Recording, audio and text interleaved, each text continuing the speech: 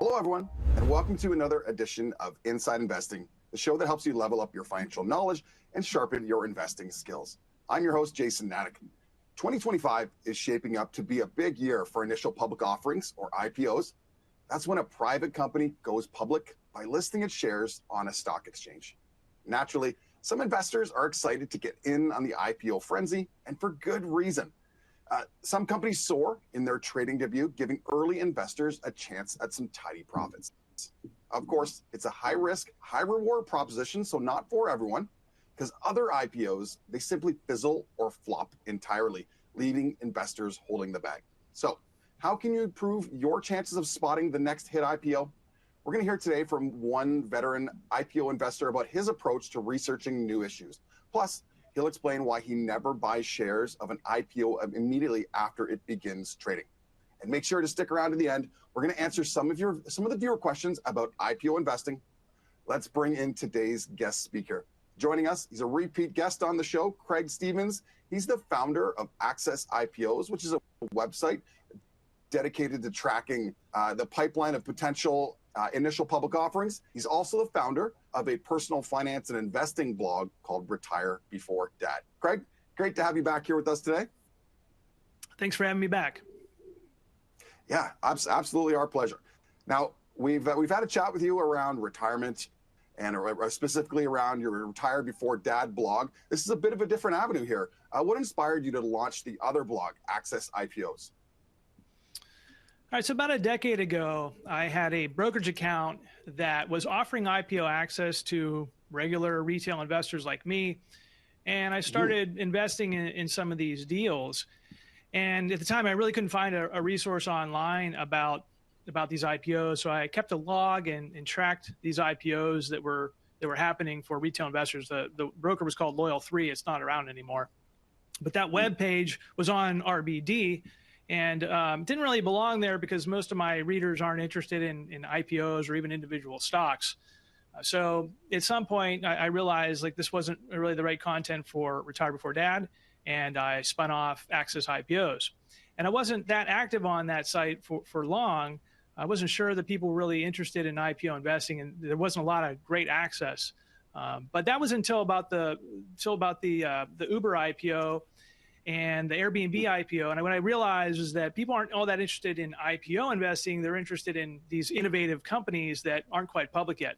So I sort of shifted my focus a bit to focus more on this pipeline of companies that are on the route to IPO, and then helping investors with identifying opportunities and investing if they want to. And for those in the audience, if you're looking to get a look at that, the Access IPO website, off in the resources section on the left-hand side of your screen, we've got a link to that to Craig's webpage as well as his social handles. Give those a check out. You won't be disappointed. All right, so we already kind of teased it off the top. 2025, it's expected to be an exciting year for IPOs after the market kind of fizzled a bit last year. What's driving the renewed interest and anticipation in this year's calendar? Well, I will say we were equally excited for 2024. And 2024 sort of fizzled, but the IPOs that did happen turned out to be very, very successful. Reddit was up, 400%. Rubrik was a really big IPO. So it turns out that the companies that were ready to IPO in 2024 had a good year, but the volume just wasn't there, not like it was in 2020 and 2021. So 2025, we are a bit more optimistic about volume for a few different reasons. One is that people are really excited about artificial intelligence and AI, and everyone knows NVIDIA has been soaring just because of the excitement of that. So there is a pipeline of AI companies that could potentially IPO. We're not for certain that they're going to, but some have expressed interest. And so there's a lot of public interest in AI. Another reason is that some companies were aiming to IPO in 2022. And because 2021 was sort of euphoric and it really peaked in 2021, 2022 sort of fell off. The market was down quite a bit that year. So a lot of companies canceled their plans.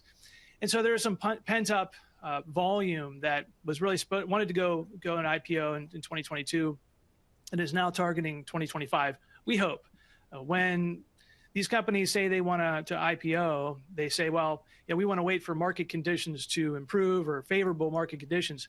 Stock market was up more than 20% the last 2 years. So if those aren't favorable conditions, what are? Right. I was doing some research, for our conversation, and did notice 2021 is certainly an outlier, looking back at the last kind of quarter century in terms of number of companies. But, if the market's up, as you've explained, this could be an opportunity for, companies to maximize their value when they're looking to sell kind of equity stakes in themselves. All right, so great stuff. Ideally, they'll, these companies want to go public when the market is, when there's an appetite for tech and for companies. And so that's another reason with the momentum of the market, I think companies are seeing an opportunity, and the investment bankers are seeing an opportunity to cash in as well. All right, great stuff. Let's get down to the heart of our conversation. And this is going to be your approach to researching and investing in IPOs. Now, let's, for those folks that may not be aware or kind of hearing about IPOs, maybe for the first time, let's get a little bit of a lay of the land of how the process works and what are some of the major steps that are along the way. So there are thousands of venture capital-backed startups that are private and will probably always remain private, or they may get acquired, or they may close. But a fraction of these companies will eventually become private or become public companies. And so when a company decides that they want that public market exposure, it doesn't happen overnight. There's quite a bit of pre-IPO planning. You have to hire the right people, you have to bring in accountants, and you have to set up your company to operate like a public company, which of course there's regulatory scrutiny that needs to happen in Wall Street scrutiny. So companies have this pre-IPO planning process that it takes at least a year. A lot of times companies are ready for an IPO a few years before their IPO, but you want to start operating like that. And then when the company is ready to file for an IPO, typically they file confidentially first. And that means they send their filing to the SEC. The SEC reviews the document, sends it back with comments, and then when ready, the S-1 is released to the public. That's the S-1 filing. That typically happens 4 to 6 weeks before the IPO. The S-1 filing is your first really public filing where investors can dig in and scrutinize the financials and the risks and the business operations. Within about 2 weeks or so, they typically update the S-1 with the terms of the IPO, and that's the offering size, how many shares are they going to offer to the public, what's the price range expected to be. And that typically kicks off what's called the road show, where the investment takes sort of parade this company around to the different institutional investors around the country to try to gauge interest and try to sell the story of this company to attract investors. There's also a place called retailroadshow.com where they do that for retail investors. Essentially, it's a PowerPoint presentation where the company sells itself to the public. And it's a great place where retail investors can go and learn about the company and determine if it's a company they're interested in investing in. About 1 day or so, or leading up to the IPO in the last couple of days, the underwriters come to a price. They weigh the supply and demand, come to a price, and they price the IPO. The final pricing happens the night before. Investors who are interested will then indicate their interest in investing. And then the next day, the company will go public, typically toward the middle of the day, early afternoon for really high-profile IPOs. And if you were lucky enough to get access to the IPO, you'd get those shares in your brokerage account in the morning, and then when the stock opens, you own the company. That kind of leads me to a follow-up question from a client perspective. I know I've fielded this question from traders before. What time can you expect an IPO to begin trading when it hits the market in the secondary market? So there are a lot of IPOs every year, but they're not always people aren't interested, right? So I really focus on the high demand, the high interest deals, and those typically trade in the early afternoon. I've followed at least 20 of them, and it's right around between noon and 1 o'clock at night, 1 o'clock in the afternoon. Smaller deals or deals without as much interest usually will IPO earlier in the morning.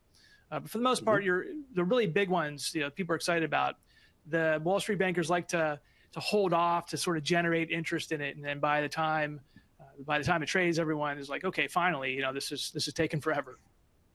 Yeah, one last little chance to generate a little buzz, I guess. That could Yeah, be. yeah. Why miss that chance? You might not get it again. Hey, and just actually a little plug to your Access IPO website. Just from reviewing it as well, you've got a handy graphic around the IPO process that's listed there on the homepage. So I encourage folks to check it out as well. You mentioned those S1 feeds when we're talking about those filings. You've got a convenient link to access that information. So I encourage everyone to give it a look to that. All right. So yeah, it's a free download, and I also have a pretty robust list of upcoming IPOs that people are excited about, and so check out that list as well. Yeah, 100%. All right. So talking about IPOs, we understand the process a little bit. What's the appeal to investors? All right. So first of all, this is not for everybody. This is not a boring strategy. Set and forget your retirement accounts. This is not something to be playing around with important money. But if you do have some money to take some risks, IPO investing can be a way to increase your risk reward profile. IPOs, everyone wants a successful IPO, and that includes the issuer, the company, the investors, and the underwriters. And so the way these work is, first of all, it's a very non-transparent process. The Wall Street bankers come up with this price. They weigh the demand. But typically, the Wall Street bankers want this to be an IPO to be successful, which means on the day of the opening, it's typically up 10 to 20%. So if you can buy in at the IPO price and the stock opens at 20%, you've arbitraged yourself into a small profit. Now, you can't always just flip the shares and sell them, but it's just one thing to think about. And so that's really the main benefit here, is that Wall Street sets this up so that they are underpriced, so that their clients and some of their institutional investors that do business with them can invest at that IPO price, and ultimately they'll get a quick gain on that money. So it is sort of this still non-transparent, sort of shady thing going on in Wall Street that's just part of the norm. There's technology that could make this better and more transparent, but right now you're sort of just playing by these Wall Street bankers' terms. But if you can get access like the Wall Street clients, then you may be able to participate in those gains. The tricky part, of course, is getting access to the IPOs. Okay, so we want to be an equal opportunity kind of discussion here. You've talked about some of the risks, maybe being the opaqueness of the process. What are some of the other risks in IPO investing? Yeah, so you certainly don't want to be investing with retirement money. This is sort of play money. But obviously, the day the stock opens, the bankers want the price to go up. It doesn't always happen that way. So if you invest at the IPO price, there's no guarantee that the stock will rise. They're trying to, while they're trying to have the stock price rise, they're also trying to raise money for the startup. So not all IPOs rise, even the high profile ones, they don't all rise on the first day. And that typically is a problem with the pricing. So when you buy these shares, you may be locked in for a period of time as well. So you may not be able to sell if you have invested. So if you buy the IPO price and the stock price goes down, then you're holding on to these shares and losing money. The bigger risk that's more common for a lot of people is chasing IPOs after they IPO. So let's say a stock IPOs at 20, the IPO price is 20 and it opens at 30. And then through the day, it goes to 30, 31, 32. Sometimes these stocks can get inflated just because of all the hype and all the promotion. The valuations can get inflated. And if you buy on that first day after that pop, you are at risk for the stock price coming down. So I think that's really the risk that most people need to think about. And that's why I don't chase these IPOs after the pop. The other thing is that this is not transparent. So you get the information in the S1, but you don't know what's happening behind the scenes for the Wall Street bankers. So, you put up some money if you want to risk some money and make it a small amount, and you may not get access anyway. So it is tricky, but if you can get into that share price at the IPO price and it's a strong demand IPO, then you do have a chance to make some money. All right, good information to know. But before we continue our kind of informative and enlightening discussion here with Craig, we're going to take a bit of a break for a little quick fun. This is a good opportunity for me to also share any of our viewers that are watching on our YouTube stream. If you want to take part in either Access asking is the word I'm after. If you want to ask Craig questions, or if you want to participate in our trivia questions, click on the link below in the description. You'll join us in our other format through Webbroker, and we'll be glad to have you there. All right, so first trivia question we have for the group is, what was the largest ever IPO to date? We've got 4 choices. They should be up on the screen for everybody now. We've got, is it Visa, SoftBank, Facebook, or Saudi Aramco? Go ahead and cast your votes. We'll reveal the answer in just a quick moment. Do you have a quick guess for us, Craig? What do you think is going to be the right answer? You might influence some votes, but that's okay. I do know the answer to this one because it was a pretty big news story at the time. Yeah. I can say it. It's D. I think if you take a step back, sure, the other 3 issues were quite large, and I remember actually working on the phones during Visa and Facebook, and it was pretty hectic those mornings in the market. But yeah, you're right. But let's have everybody cast your votes, and we'll go ahead and reveal the answer in a moment. But when we start to think about the size and the scale of D, that really kind of hits home. So you know what? Let's just post those results up on the screen, and we'll confirm our expectation. And you know what, we had that was the highest selected answer from the audience. We've got a smart crew out there, followed closely by SoftBank and Facebook. You know what? There's even if your answers weren't correct, there are no wrong answers in this place. There are opportunities to learn, and to maybe you've got a little bit of a trivia question that you can take for your next dinner party or next time at the water cooler. All right, thanks for all those who voted. And just to give us a sense of the scale of this, Saudi Aramco, they raised more than $25 billion back in December 2019. All right, let's take another opportunity, jump back into our conversation. Got lots of great questions for you here for you, Craig. In your experience, what sort of knowledge and skills do you think it's important that a DIY investor should have before investing in IPOs? First and foremost, you must be able to read a financial statement. The S1 filing is a very, very dense document with a ton of information. So you shouldn't be investing in IPOs without reviewing the S1 document. That's going to contain the offering. It's going to contain all the underwriters and the financials and the risks. So there's all kinds of risks. These companies will list all kinds of risks out there, and you have to be able to determine which ones are serious and which ones are not. But with financials, you do want to be able to see some growth. And then another part of this is sort of an experience thing or sort of an art form where you're trying to gauge the demand for these IPOs. That's hard to gauge. And I have sort of insight because I write about it a lot, but typically companies that have a large customer base or a lot of genuine fans out there might be interested as retail investors to invest in these companies when they open up, or people that are chasing these trends such as AI. People, if there's an AI IPO soon, people are going to invest. The other big piece of this this is how a lot of people come to my website, is that they may have an edge of some kind. Let's say you're a customer or you're a software user of an innovative cybersecurity software that you maybe have some inside knowledge about.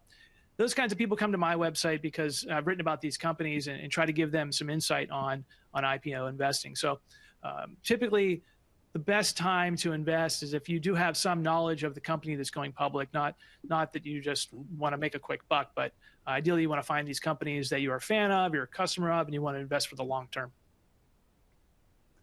So you mentioned one of the key skills is being able to read a financial statement. How did that become easy to you? And do you have any suggestions to the audience on how they might be able to pick up that skill? The S1 filing is dense, but it actually is fairly accessible. There's not a lot of jargon in it. It's a very straightforward document. You just have to, it's just a lot of reading. No one really wants to read a 200-page document or a PDF that you download from a government website. So it takes time and it just takes practice, but there's not a lot of jargon in there, and you don't need an MBA to interpret what these things say. It's just a matter of reading them and understanding, and then trying to, with experience, you figure out where in that S1 that you are really interested, what information is important to you, and over time you'll develop that skill set. That doesn't sound like light reading before bed, but nonetheless still important. And the other thing is sometimes there's red flags hidden in these things too. So anything suspicious or, something that doesn't make sense to you, then it could be a red flag for you. Or sometimes analysts will point these out and investors will get scared off. All right, now, what does your research process into companies that may IPO in the future look like from a start to finish perspective? Well, I have this unique perspective because I am looking for these companies more with the investor demand. So I have data that I can go to from pre-IPO marketplace data and Google Trend type of data, where I look at these companies from a perspective of how many people are actually want to invest in this. But as a company itself, I'm really looking for revenue growth, profitability. That can be interesting for a lot of people, but really growth is what the institutional investors are looking for and the Wall Street investors. So high growth companies with accelerating revenue growth is certainly what investors are looking for. But again, you're also looking for red flags in there as well. There was a company recently that had very high concentration of their sales going to one customer overseas, and it put a halt on the IPO because the government was investigating. So there are certain things to look for that could be out of whack, and you may not want to invest. Okay. Now, the S1 filing, which we've covered kind of in some depth already, we were getting lots of information about the company ahead of its IPO. Is there other things you might be looking to see that suggest the company might be worth investing in outside of simple just growth expectations? So some of the hot trends, AI, for example, is something that we hear about a lot, but there are not a lot of companies that are public where you can invest in AI. Certainly Microsoft and NVIDIA is getting a lot of attention, and Oracle and Meta. So, but those are all really big companies. So when the startups that are really focused on AI start coming out, I think that's something that we're going to really be looking closely at. There are other industries that are innovative that investors are looking to. Quantum computing is another one coming down the line, and possibly fusion energy. People are really excited about that. And then there's sort of the standard companies like the SaaS and the fintechs, which we may start seeing more of those this year. Those companies tend to have metrics that analysts are very familiar with. And so they're going to get a little bit more scrutiny on their financials versus an AI, which is more about the hype in the future. These companies also do a pretty good job telling a story. So if you read those retail roadshow documents, the companies are really going to try to tell you a story more so than what their financials are. We look to the financials for some sort of justification, but it's the storytelling that a lot of people are looking for. What's the potential growth, or where will this company be in 20 years, not just this year? All right, so how do we kind of parse through that story that a company is trying to tell and find some nuggets of gold in there that are going to help us understand if the IPO is going to perform well out of the gate? Well, the storytelling is more that long-term story, where what I'm talking about is more IPO investing and just that initial pop. A couple things you can look for specifically for the IPO. One thing is pricing. So when the terms of the IPO come out, usually about 10 days to 14 days or so before the IPO, they offer a price range. And that's usually $12 to $14 or $30 to $35.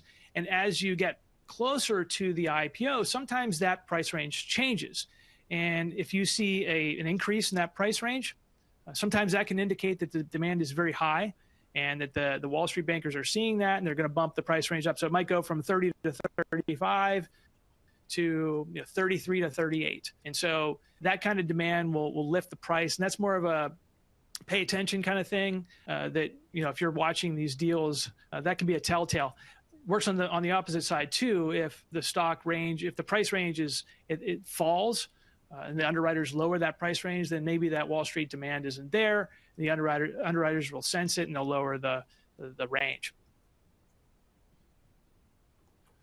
How about options, like stock options, whether or not they're from the underwriter's perspective or employees or investment bankers? Like, how do they impact the initial performance of an IPO? You're talking about like employee stock options? Yeah, exactly. Not like derivatives, but yeah, employee stock options. Yeah, so there are equity holders of these companies before the IPO, early investors, venture capital investors.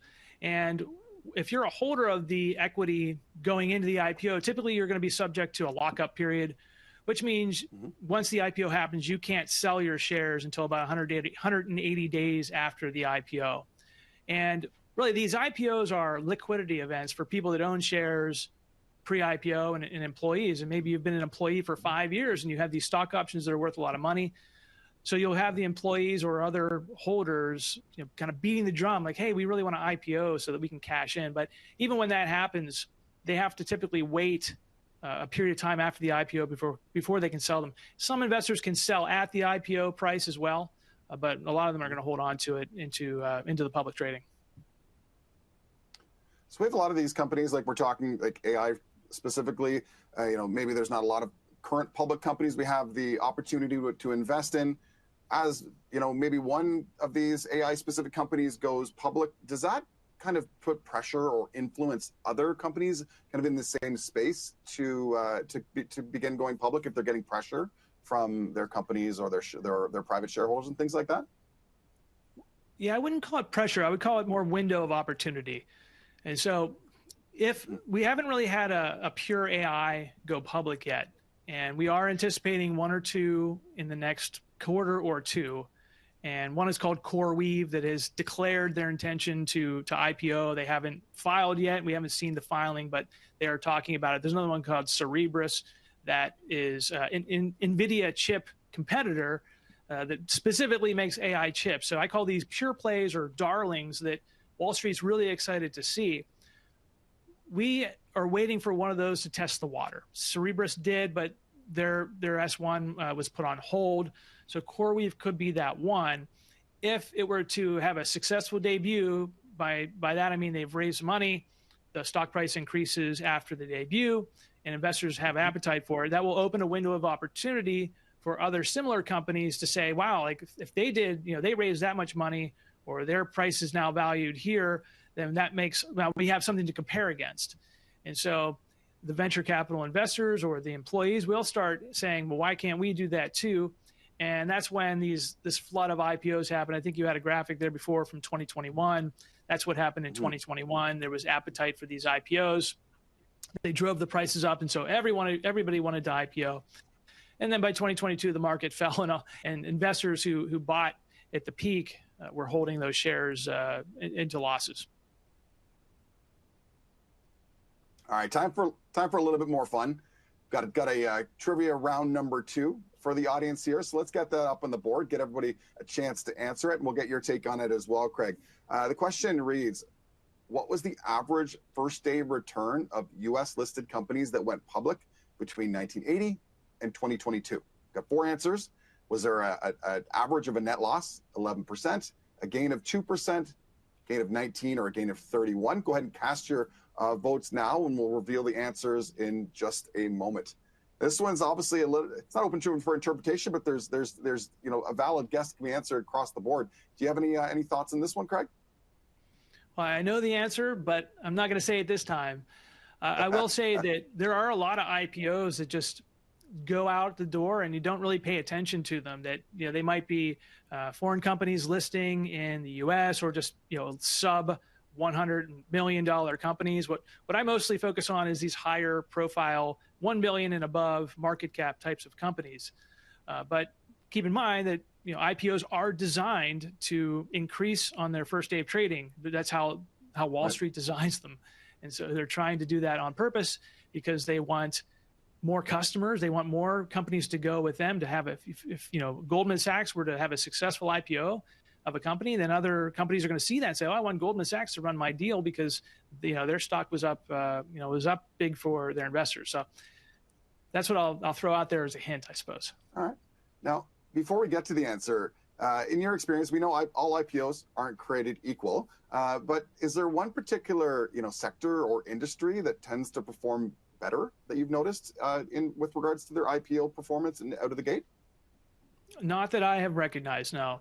Technology gets probably more interest, in really innovative companies. So disruptive companies like an Uber or an Airbnb, those tend to get a lot of attention because they're real disruptors. So I would kind of say that as a generality, but in terms of sectors, I Yeah. would say there's not too much distinguish. All right, so let's post the answer up on the screen here. We had the most popular answer was C, which is 19%. And hey, we got a smart audience out there. That is actually the correct answer. 19% is the average daily gain for the first day of trading. That's data that's been analyzed by researcher Jay Ritter at the University of Florida. Now, interestingly enough, unprofitable companies on their first day of returns rose an average of 26.8%. While profitable companies had a slightly lower, less enthusiastic return of still a gain of 13.3%. So put those together, that's where we get our 19%. Was that where you thought you were? Did you have that one pegged as your answer as well, Craig? I did, but that part about the profitability versus non-profitability, that's interesting. I think it's people are investing more for the potential, and that's where revenue is a real driver for Wall Street. They want to see revenue growth, and they don't care so much about profit. And you remember Amazon was not profitable for years, but the stock did just fine. Yeah, I remember seeing, was it Bezos on, was it Letterman? And them kind of going through the tech hype. And that was a very interesting conversation. Maybe I'm dating myself a little bit on that. All right, let's jump back into our conversation here, Craig. So going back to focusing on your experience, how important is it for investors to invest in a stock on its IPO date if they want to invest in it for the long term? Yeah, so ideally, if you are a fan of a company or a customer and you can get in at the IPO price and hold for the long term, that's sort of the fairy tale that we hope for, that you buy that stock at the IPO price and hold it for 20 years. And that was NVIDIA in 1999, and you were able to do that. In reality, that's not what we're talking about with IPO investing. We're really trying to get that pop if we can, try to increase our chances of that. Google, for example, IPO'd, and I think their IPO was up 18% the very first day. Now, if you bought that stock a year later, you would have done just fine. So the really, truly disruptive companies that are going to increase in price over time, whether you get in at the IPO price or a little after, doesn't matter so much. Facebook, we mentioned Facebook in the earlier survey. Facebook IPO'd, and actually the stock didn't do well. It was flat in the first day, and a few months later, the stock fell by half. And so Facebook is one of these examples of having sort of a lousy IPO, but it has gone quite far beyond the IPO price. I think it went from 38 down to 17, and now it's in the 100, 600 or something like that. So they're all different, and it's just like investing. Once the company's public, it's just like investing in other growth stocks. You have to evaluate a stock the way you would evaluate any stock. So I wouldn't think too much about the price for those long-term disruptive companies. Yeah, the hard part is trying to do some reasonable analysis, whether or not it's technical on a chart or if it's the fundamental information that you're looking to find value in a company. You just don't have access to that historical trend. Now, it's tougher for Canadians to get access to pre-IPO access, because typically, if it's a U.S. company, that's going to be for U.S. residents only. But with that in mind, when companies begin trading on the secondary market, you caution against buying shares of highly hyped companies when they first hit the public market. Can you elaborate on that? Yeah, well, first of all, most of the brokers that I'm talking about where you can get IPO access are U.S. companies. You must be a U.S. resident. They don't restrict you to being a credit or anything, but they may not give you a lot of shares. And it really depends on the broker. So there are several of these brokers, but Canadians are typically like a lot of things, they're kind of not able to invest that way. Chasing stocks after the IPO is dangerous. I'll point you to Robinhood or Rivian. Rivian was the 2001 IPO that just had so much hype, and it soared, and then the stock price fell 90%. So if you had bought that stock on that the opening day or even the months after, it would have been a pretty big loss. One way to think about IPO investing that I talk a lot about on my website is becoming an investor before the IPO, well before the IPO. So what's happened over the years is that there's been this trend toward companies waiting longer to IPO, and a lot of the profits or on the valuation of these companies is happening pre-IPO. So, for example, Tesla IPO'd at a $1.6 billion valuation, and it's now a $1 trillion company.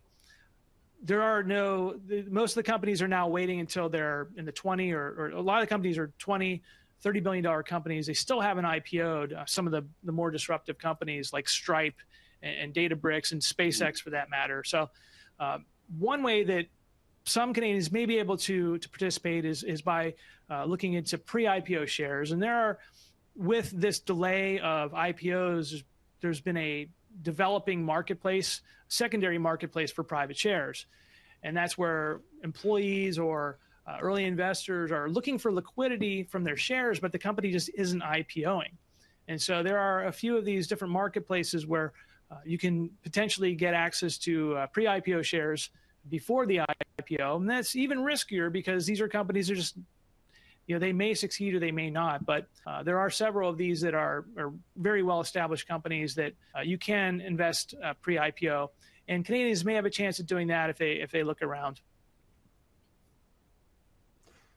Now, thinking about our Canadian client base and our Canadian viewers here on WebBroker and YouTube, if you are in WebBroker and looking to access Canadian IPOs, that can certainly be done.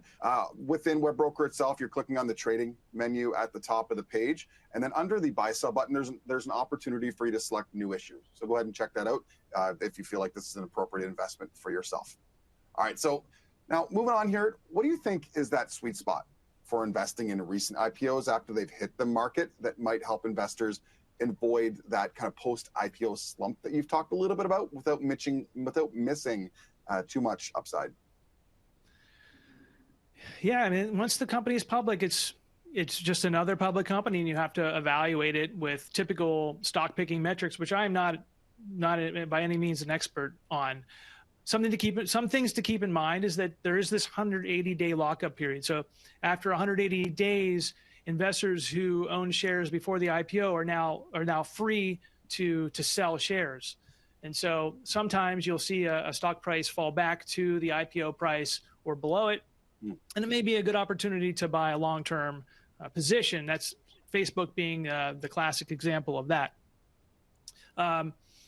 Aside from that, it's tricky. Reddit last year had a very decent IPO debut, and then it went on to go up, and that lockup period didn't really matter. I'm not the one to really give you like the long-term stock tips for picking stocks. It's up to you once these companies are public, but that lockup period is one thing to keep in mind. And the other thing is if the valuations just get out of hand, comparing revenue to projected revenue. If companies have these high bars that Wall Street is telling them they need to try to beat up over time, it may be kind of tricky. And Rivian was a good example of that. There was a lot of hype in battery, electric vehicles. Tesla was doing really well, but the company just wasn't delivering cars. And so that's just a sort of a thing to look for. Make sure that the company is capable of living up to the hype that they've generated in the IPO. Now, obviously, one company's performance and pricing trends is certainly not going to guarantee success in another company, but that 180-day lockup period is an interesting kind of demarcation line that you can mark on your calendar, and almost sounds like a bit of a reverse short squeeze. But once again, each particular issue is going to be different in the market. All right, and that will be declared in the S1 filing. So any details on a lockup period is always in that S1. Mm-hmm. Keep an eye on the fine print. Absolutely. All right, so we had so much fun with the first two trivia breaks. We wanted to bring you a third, three times the charm, I guess. All right, so we're going to have that question again once up on the board for everybody to see. The question reads, what percentage of U.S. listed companies outperformed the broader market 3 years after their IPO? And this is between 2010 and 2020. Is it 10, 33, 50%, or 66, so 2/3? So go ahead and cast your votes. We'll get through this one pretty quickly so we can get those up on the screen. This one, for me, I don't have a good sense of where this one's going here, Craig. A bit of like throwing a dart at the dartboard without revealing if you've got an answer here. Do you have some insight on this one? Well, if you look at the S&P 500, most companies don't beat the S&P 500. It's usually the top tier companies. NVIDIA, for example, was a main driver of the S&P 500 returns last year. So that other 500, those other 500 or 450 companies typically don't do so well. So that maybe that'll give you a little insight. Yeah, that's actually some good perspective. Like we've got some bottom feeders maybe potentially coming up from being pulled up by the bootstraps by not just the Mag 7, but maybe some of the larger companies. All right, we've got the answer up on the screen for everybody to see. And in terms of popularity of answers, well, we had 10%. So a lot of people were thinking right along with you there, Craig, at over 52%. Let's go ahead and get the answer here. All right, so we actually underplayed a little bit. The answer is actually B. It's 33% of U.S. listed IPOs outperformed their broad market benchmark 3 years after their IPOs. And this was, according to research data that was analyzed by researchers at the NASDAQ itself. Says the top 10% of IPOs earned returns above 300%, while roughly 64% of IPOs trailed the market by more than 10%. So yeah, you've got those big name companies with a lot of interest that have maybe propelled these numbers up to maybe a little higher than it would be without them. But yeah, so you're kind of right on point with that. All right, let's get there's a lot of there's a lot of not so there's a lot of sorry, I was gonna say there's a lot of not so interesting companies. There's a lot of boring IPOs out there. We're really focused on the ones that are generating excitement, that are larger. But there's plenty of other IPOs that are just kind of no-name companies that are either SPACing or coming in public to raise money, without any revenue. So there's plenty of low-quality IPOs out there. Once again, buyer beware. So we've heard a lot about IPOs themselves. We appreciate you educating the audience. Now let's hear about some of your personal experience. Let's maybe some of your biggest hits and misses and some lessons that you were able to glean from those examples. All right, let's talk about the good stuff first. What's your best investment you've ever made, and what did you learn? All right, so I've invested in a few dozen IPOs just as a retail investor, and again, it's getting access. So my first deal was Dave & Buster's back in, I don't know, 2014 or so. I made 8%. I'm like, wow, this is pretty cool. I can make a little bit of money here pretty quickly. So more recently, I invested in ARM Holdings, and ARM Holdings is a chip maker. And again, AI is this big trend, and everyone saw NVIDIA benefiting from AI, and ARM makes chips as well. So I was able to get access to the ARM Holdings IPO and sell it after about 6 months or so for about 170% gain. So that was one of my more recent successes. I've had others that have gone up 100% within a couple days. There was a company called Myomo. A few years ago, they made these robotic exoskeleton devices for people that lost movement in their arms. That didn't last over the long term, but thankfully I was able to get out in time. And I'm not a trader, so when I see 100% gain, I'm like, okay, I'm gonna take this out. But most of my wins have been closer to the 20 to 30% range within the day of the IPO. One thing to caution people is you're not always able to just sell after the pop. That's called flipping, and the brokers don't like that. So sometimes you have like a 15-day or 60-day restriction on when you can sell. So even though you have that pop, you may not be able to lock in those gains. All right, now I understand this might be like picking at a scab or like opening up old wounds here, but kind of what's your worst IPO investment you've made, and what did you learn from that? Yeah, so one of the earliest IPOs I invested in was Lending Club. The ticker symbol is LC, and back at the time, Lending Club had this investing component to it, so you could help them lend money to borrowers. And since I was an investor on the platform, they offered me IPO shares, which I accepted.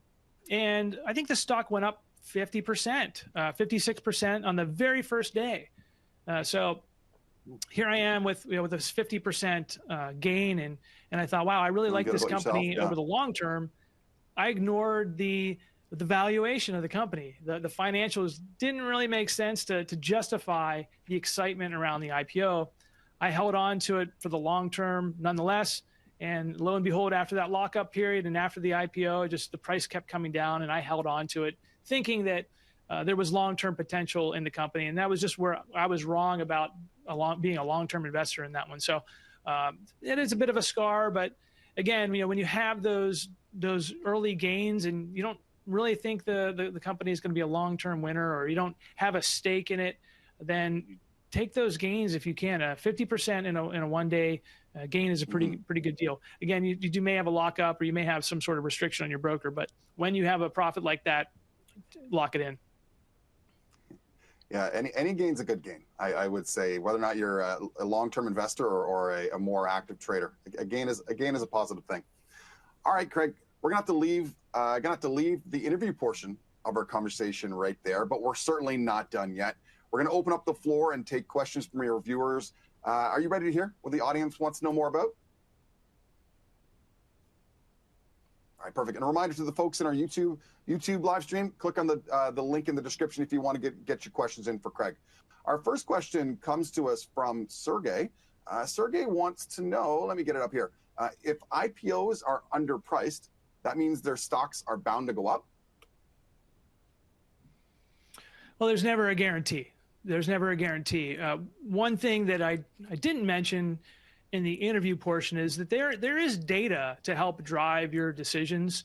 So there are pre-IPO marketplaces that aggregate secondary market transactions and sort of can come to an estimate of the price.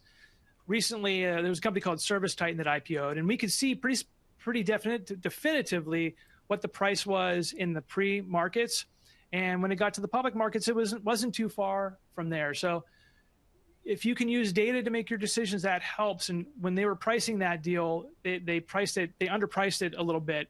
Wall Street kind of sniffed it out, and they ended up raising the price.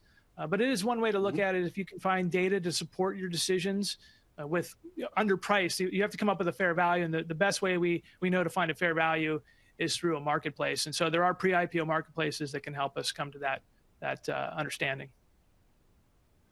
So a little follow-up for myself based on Sergey's question. So I can understand why, maybe the selling group, the investment bankers, bringing the IPO to market may benefit from the underpricing. But how does the company itself benefit if it's underpriced, in terms of the IPO price? Yeah, if it's underpriced, then that's money that's being left on the table, they would say. So if the stock jumps 50% on the first day, the company could have raised more money. They could have priced it higher and raised more money for that company. So it is a balancing act where the underwriters want to come to a fair price and then bump it up a little bit from there.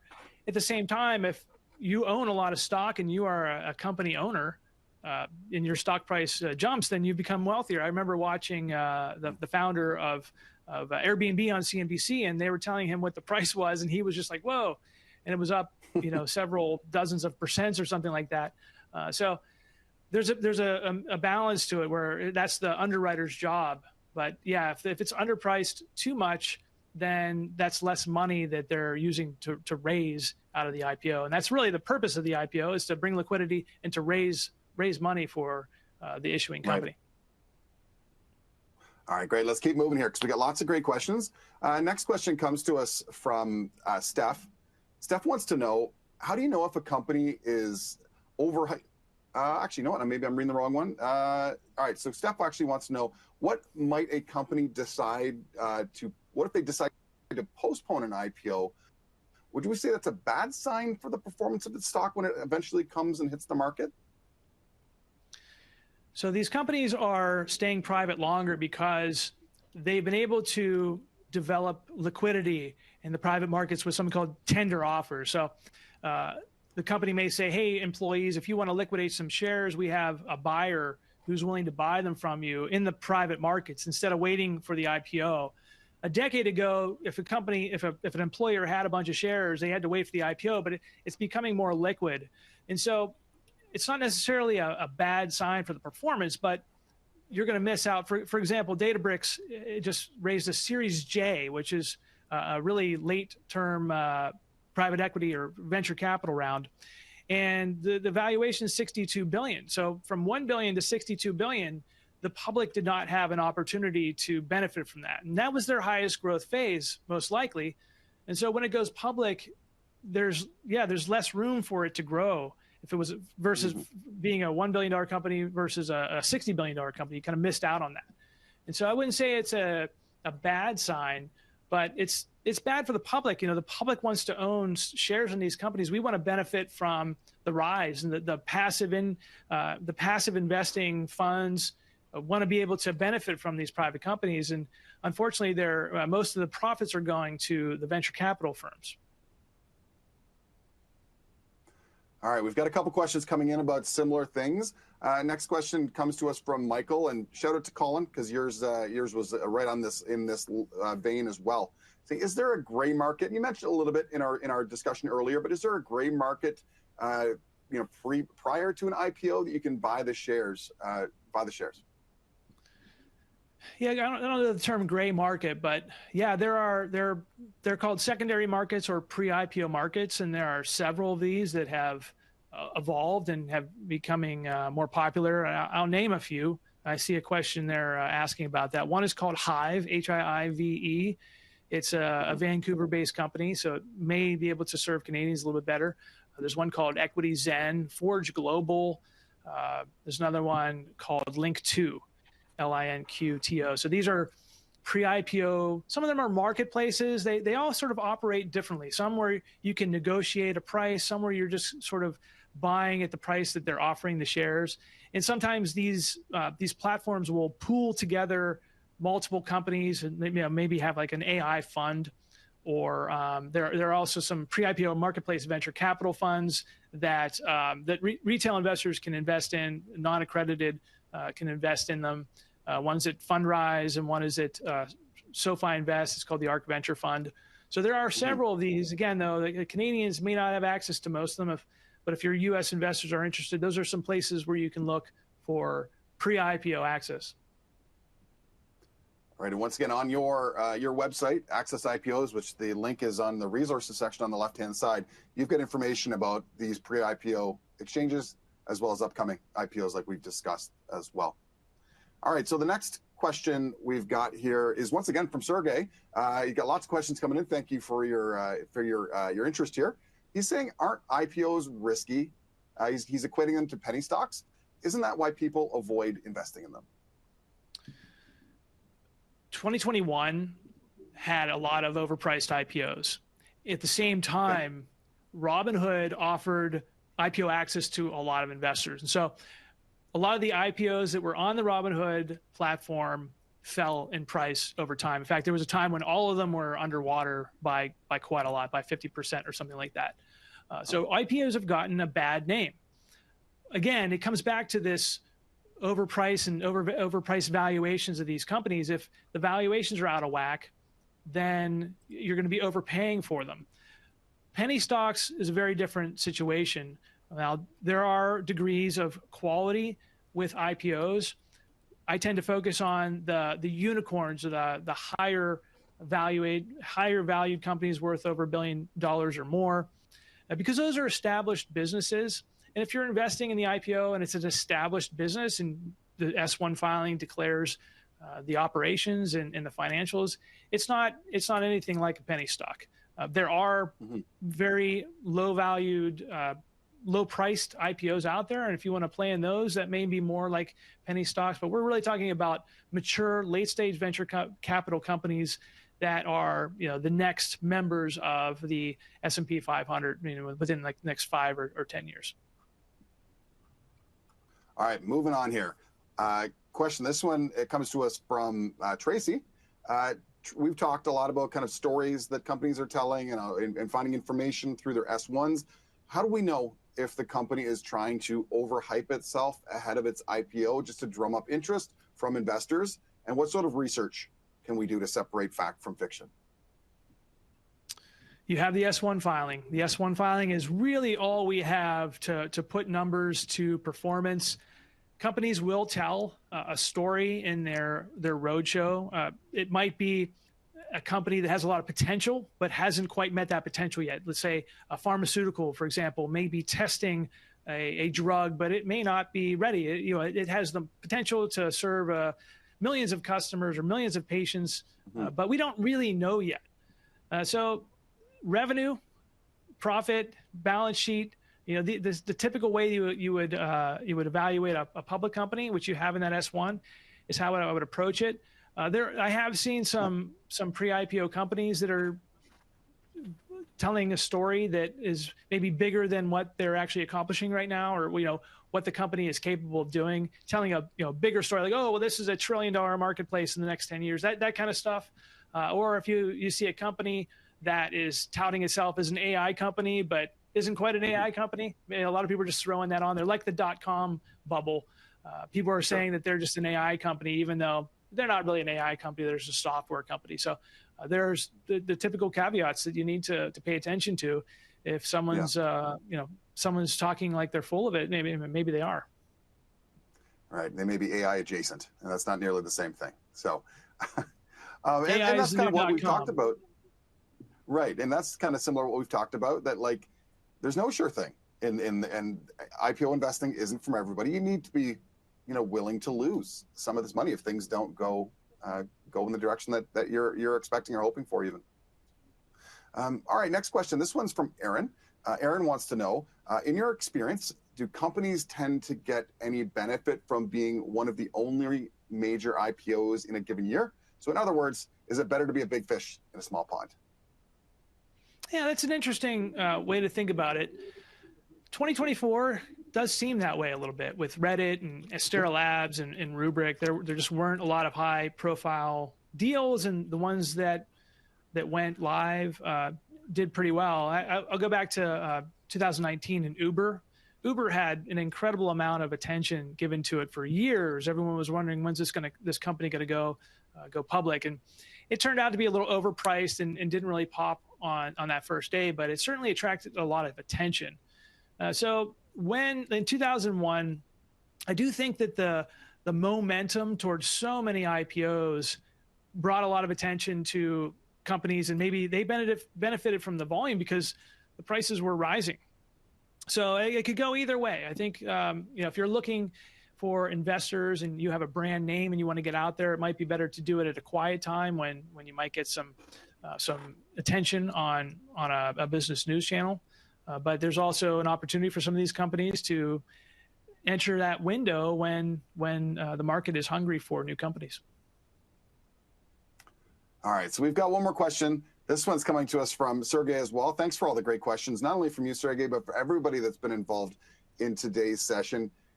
Sergey writes, how are AI IPOs different from the .com era IPOs during the internet bubble? Is there a way to kind of differentiate and look for the diamonds in the rough, really? Well, there's a very significant distinction between the two. The .com bubble, those companies were IPOing. There were companies with zero revenue and really lousy business models that IPO'd and went public and then ended up going belly up. Webvan comes to mind, sure. Pets.com. The difference today is these AI companies have not IPO'd yet. So the biggest AI companies out there, I call them the darlings. OpenAI is a $157 billion private company. Hugging Face is another one. Anthropic is raising money at a $60 billion valuation right now. These are private companies. So if it was the .com bubble, then these companies would have IPO'd 2 years ago and then let the market just fluctuate their prices. Now, that doesn't mean that the pre-IPO markets aren't inflated or if there's no bubble. I mean, some people have called for an AI bubble right now. Elon Musk started a company in December 2023. It was $1 billion company, and a year later, it's a $50 billion company. It's called XAI. That's just pretty wild growth, and it sounds a little bubbly. I don't know what their revenue is. It feels bubbly. Of course, that's how technology works. Things rise and fall, and eventually things settle out. But I think what most people expect now is that AI is here to stay. It's one of the, if not the most innovative technology of our time right now. It's the next stage of growth, and so typical growth pattern would indicate a bubble at some time, but I don't know if we're there or not. You're right, and it's really all time will tell. That's really the best we can give you in terms of any sort of prediction. And then speaking of time, we're going to have to leave it there. We are all out of it. Now, before we go, Craig, do you have any other final thoughts you'd like to share with our viewers? IPO investing should not replace your typical investment objective or strategy. it's really an opportunistic type of investing where if you can get access or if you can buy these companies before their IPO, then you may be able to participate in gains after their IPO. I don't invest in IPOs if I don't get access at the IPO price, and that means I miss a lot of them because I don't get access to a lot of these. But when I do, I put in a modest amount of money and try to pick the ones that I think are gonna benefit from public interest. Aside from that, be careful out there. It's especially in the pre-IPO markets. I've seen some pre-IPO companies go belly up recently, and so if you're investing with money, don't invest with money you can't afford to lose. Aside from that, if you want to learn more about any of this stuff, accessipos.com is my website. I have a free download if you can sign up, and there is a really cool graphic that talks about the IPO process. There's also a list of upcoming IPOs where you can see what some of these companies we're talking about that are in the pipeline, and hopefully we'll see some of those go public in Q1 or Q2 this year. All right, that's sage advice. Thank you very much for joining us again, Craig. I learned a lot during our chance that we had to chat. And for those in our audience, make sure to register for our live upcoming webinars. You can see the list down below on this screen. Lots of great, interesting topics coming up in the very near future. We put a lot of effort into putting these programs together. We hope you get a chance to continue to learn along with us. You can also check out our library of on-demand content. It's available in our Learning Center in WebBroker as well as on our YouTube page. We'll see you all next time.